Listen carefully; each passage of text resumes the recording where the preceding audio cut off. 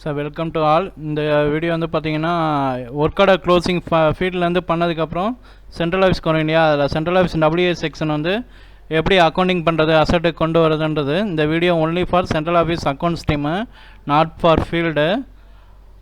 இப்போ பார்த்தீங்கன்னா அக்கௌண்ட்ஸ் டீமுக்கு ஒரு ரெஃப்ரெஷ்காண்டி இதை சொல்லிடுறோம். இப்போ 2021-22 இஆர்பியில் ஃப்ரெஷ்ஷாக எஸ்டிமேட் போட்டிருப்பாங்க இல்லையா, அதெல்லாம் கேபிட்டல் எஸ்டிமேட் DC-21A அப்படின்னு ஆரம்பிக்கும், இம்ப்ரூவ்மெண்ட் DIன்னு ஆரம்பிக்கும், DCW DDனும் மைனர் வந்து DMன்னு ஆரம்பிக்கும். இதில் 2230 அப்படின்னு போட்டுருக்குது. இப்போ நம்ம சர்க்கிள் கோடு, இதுக்கப்புறம் ஒரு ஐஃபன் போட்டு இங்கே போகிறோம் இல்லையா, இது வந்து ஒரு 4 நம்பர் இருக்கும். அது வந்து கால் சென்டர் கோடு, அதாவது ஆஃபீஸ் கோடு. இப்போ இந்த ஏப்ரல்லேருந்து போகிற எல்லா எஸ்டிமேட்டு வந்துமே பார்த்தீங்கன்னா DE-22A அந்த சர்க்கிள் கோடு வரும். எஸ்டிமேட் அதாவது WBS எலிமெண்ட்டுன்னு சொல்லுவாங்க, நம்ம பாஷையில் எஸ்டிமேட் நம்பர்னு சொல்லுவோம்.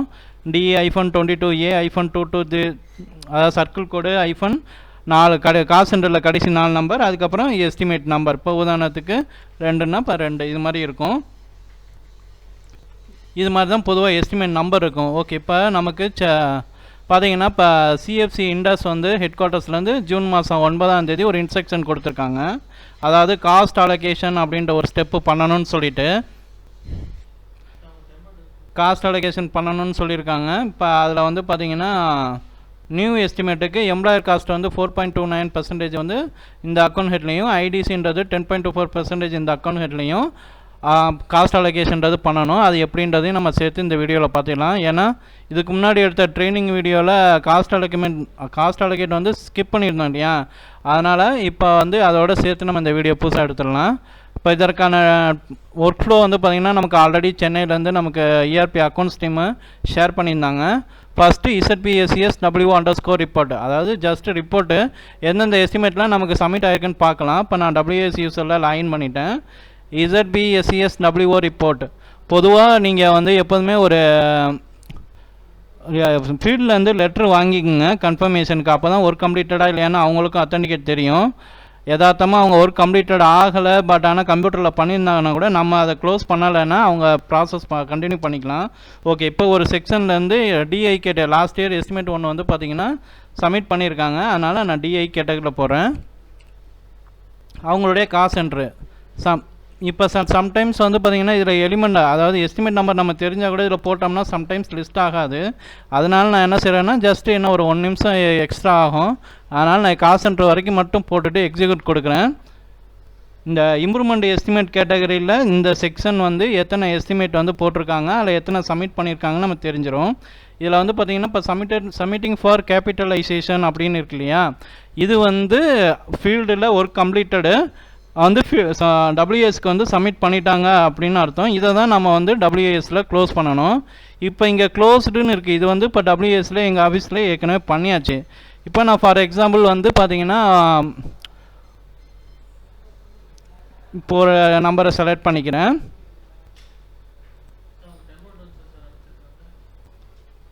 இப்போ இந்த எஸ்டிமேட் நம்பர் இப்போ நான் இதை 28 அப்படின்ற எஸ்டிமேட் நம்பரை நாங்கள் ஒர்க்கோட க்ளோசிங் எடுத்துக்க போகிறோம்.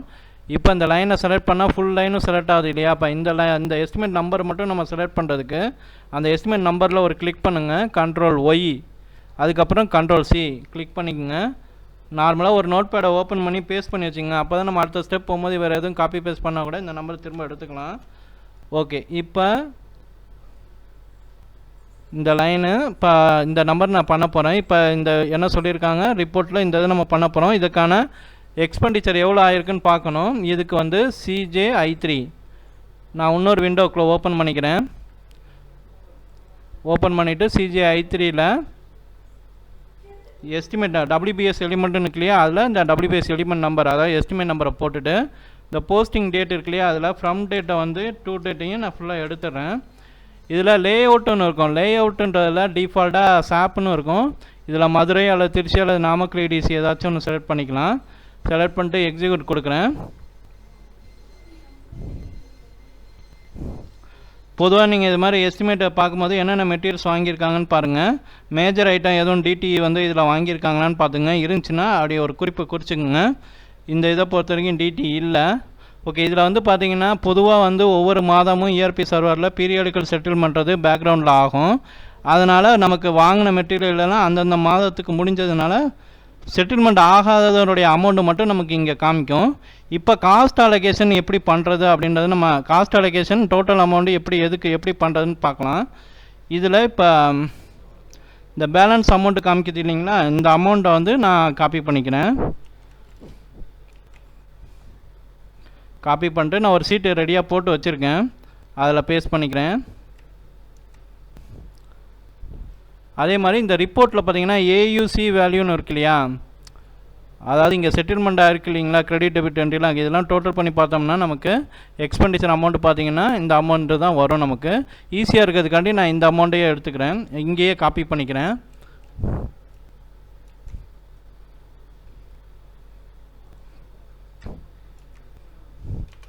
இப்போ இதனுடைய மொத்த ஏயுசி வேல்யூ வந்து பார்த்திங்கன்னா 62,303. இதுக்கு தான் நம்ம காஸ்ட் அலோகேஷன் பண்ணணும். அதுக்கு நாங்கள் ஒரு எக்ஸல் சீட் போட்டு வச்சுருக்கோம்.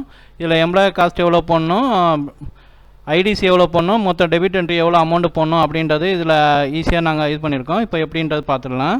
இப்போ அடுத்த ஸ்டெப்பு நமக்கு என்ன சொல்லியிருக்காங்க, ZPSES WF அப்படின்ற டீ கோடில் போகணும். இப்போ நான் வந்து இன்னொரு விண்டோ ஓப்பன் பண்ணிக்கிறேன், அல்லது இந்த விண்டோவில் வந்து பேக் வந்துடுறேன், எஸ் கொடுத்துட்டு. இப்போ ZPSES WF அப்படின்ற கிளிக் பண்ணணும். கம்பெனி கோடு 2000, ப்ராஜெக்ட் டெஃபினிஷன் இது இம்ப்ரூவ்மெண்ட், இது போன வருஷன்றதுனால DA-21A 2230. அடுத்து WBS எலிமெண்ட், அதாவது இந்த எஸ்டிமேட் நம்பர் இருக்கு இல்லையா, இதை நான் காப்பி பண்ணிவிட்டு பேஸ்ட் பண்ணிடுறேன். பேஸ்ட் பண்ணிட்டு எக்ஸிக்யூட் கொடுத்தோம்னா நமக்கு புது விண்டோ வரும். இதில் இப்போ இந்த எஸ்டிமேட் நம்பர் லிஸ்ட் ஆகுது இல்லைங்களா, இதில் டிக்கை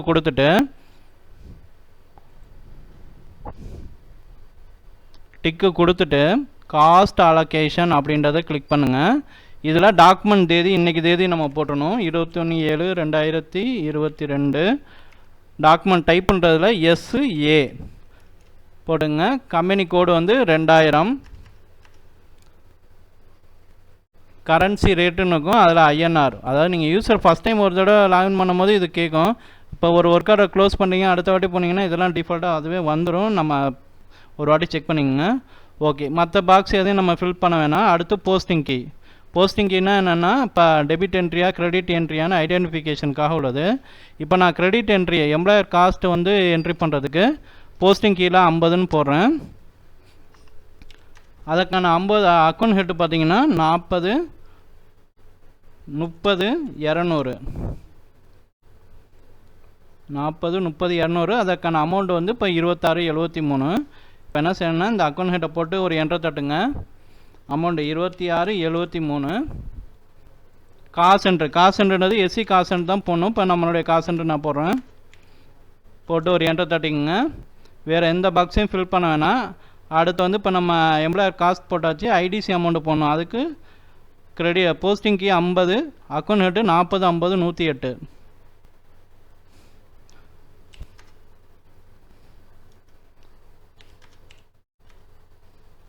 போட்டோம்னா அடுத்த ஸ்க்ரீன் வரும். அதில் வந்து ஐடிசிக்கான என்ன அமௌண்ட்டு 6380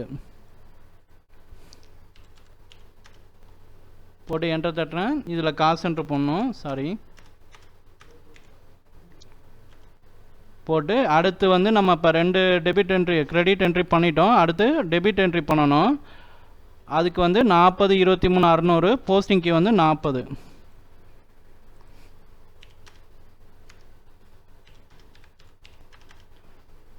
போட்டு என்டர் தட்டுறேன். அடுத்து ஸ்க்ரீன் வருது இல்லையா, இதில் நீங்கள் அதாவது 2 அமௌண்ட்டு, இந்த 2 அமௌண்ட்டு சேர்த்து தான் இந்த அமௌண்ட் இல்லையா, நீங்கள் பார்த்தும் போடலாம், இல்லைனா ஸ்டார்னு போட்டுங்க.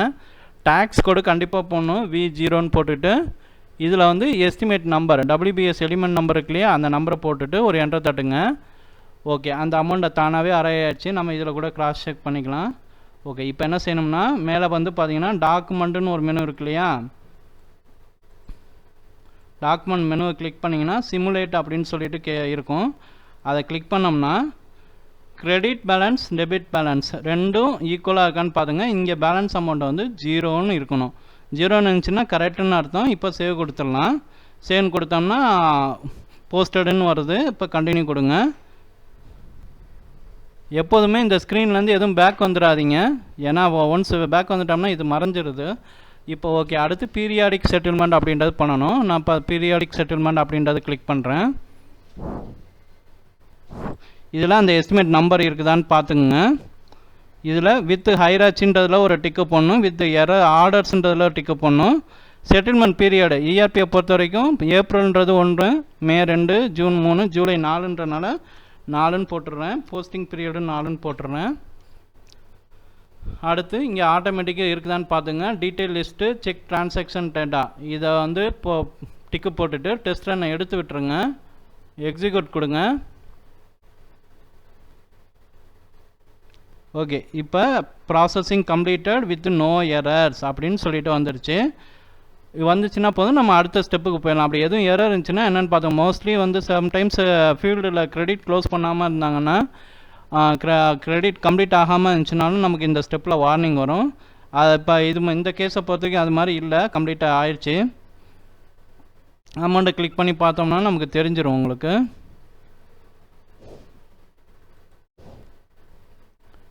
ஓகே, நான் இப்போ பேக் வந்துடுறேன். இப்போ அடுத்து 3வது ஸ்டெப்பு போகணும். அடுத்து கிரியேட் அசட் போனோம்னா ஒரு விண்டோ வரும். இதில் AUCW அப்படின்னு டைப் பண்ணுங்கள். டைப் பண்ணிவிட்டு வேறு எதையும் டிக்கு கொடுத்துடாம அடிஷ்னல் டேட்டா அப்படின்றத மறக்காமல் கிளிக் பண்ணுங்கள். கிளிக் பண்ணிங்கன்னா அடுத்த விண்டோ ஓப்பன் ஆகும். இந்த விண்டோவில் மொதல் லைனில் இருக்கு இல்லையா, அதை காப்பி பண்ணிவிட்டு அதை 2வது லைன்லேயும் 3வது லைன்லேயும் பேஸ்ட் பண்ணிடுங்க. அடுத்து டைம் டிபெண்டன்ட்னு இருக்குது. இதில் மேலே ஒரு காஸ்ட் சென்டர் இருக்கு இல்லையா, அதை அப்படியே காப்பி பண்ணி ரெஸ்பான்சிபிள் காஸ்ட் சென்டர் அப்படின்றதுலையும் பேஸ்ட் பண்ணிடுங்க. அடுத்து அசைன்மெண்ட் எவாலுவேஷன் குரூப்பில் வந்து 3 இது நம்ம செலக்ட் பண்ணணும். இது டிஸ்ட்ரிபியூஷன் நம்ம வேண்டதுன்றனால எவாலுவேஷன் குரூப் 2 நான் ஏற்கனவே மெட்டீரியல் லிஸ்ட்டை பார்க்க சொன்னேன் இல்லையா, அதில் டிரான்ஸ்ஃபார்மர் எதுவும் இருந்துச்சுன்னா டிஸ்ட்ரிபியூஷன் டிரான்ஸ்ஃபார்மர் போல்ன்ற வார்த்தை இதில் இல்லை. அதனால் டிரான்ஸ்ஃபார்மர் இன்க்ளூட் ஆகிடுச்சுன்னா ஸ்டேஷன் டிஸ்ட்ரிபியூஷன் டிரான்ஸ்ஃபார்மர்னு செலக்ட் பண்ணிக்கோங்க. இதை பொறுத்த வரைக்கும் அது மாதிரி இல்லைன்னால நான் எல்டி பவர் கேபிள்ஸ்னு ரெலவெண்ட்டாக உள்ளதை செலக்ட் பண்ணியிருக்கேன். எவாலுவேஷன் குரூப் 3ல் ஓவர் ஹெட் லைன்ஸ் அப்படின்னு செலக்ட் பண்ணிவிட்டு ஒரே ஒரு வாட்டி பேக் கொடுங்க. கொடுத்தீங்கன்னா லோடாகி வரும். இப்போ இந்த க்ரீன் கலர் டிக்கை கொடுக்கணும். கொடுத்தோம்னா one asset created internally and distribution rules created அப்படின்னு வரும். சேவ் கொடுக்குறேன். கொடுத்தோம்னா இப்போ அசட் கிரியேட் ஆகிடுச்சு. இப்போ அடுத்து ஃபுல் செட்டில்மெண்ட் கிளிக் பண்ணுறோம். இதை வித் ஹைராச்சி இதெல்லாம் இருக்குதான்னு பார்த்துங்க. டெஸ்ட் ரன் எடுத்து விட்டுட்டு டிக் கொடுக்குறேன்.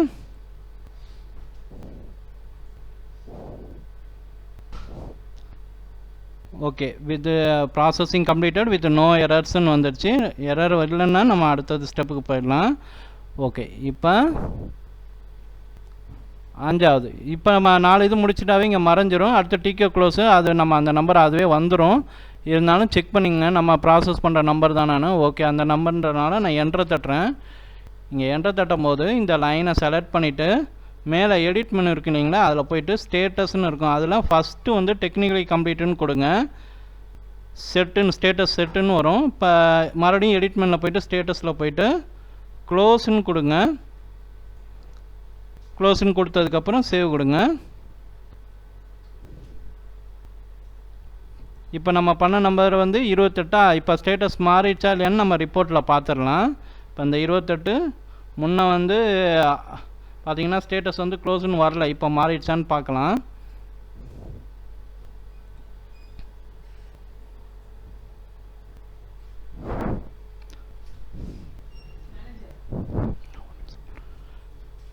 ஓகே, இப்போ வந்து பார்த்தீங்கன்னா 28 அப்படின்றது ஸ்டேட்டஸ் வந்து க்ளோஸ்டுன்னு வந்துச்சு. இப்போ ஏயுசி வேல்யூ 0ன்னு மறைஞ்சிட்டு உங்களுக்கு ஃபைனல் அசெட் வேல்யூன்றது க்ரியேட் ஆயிடுச்சு. இது மாதிரி தான் நம்ம ஒர்க்கோட க்ளோஸ் பண்ணணும். தேங்க்யூ.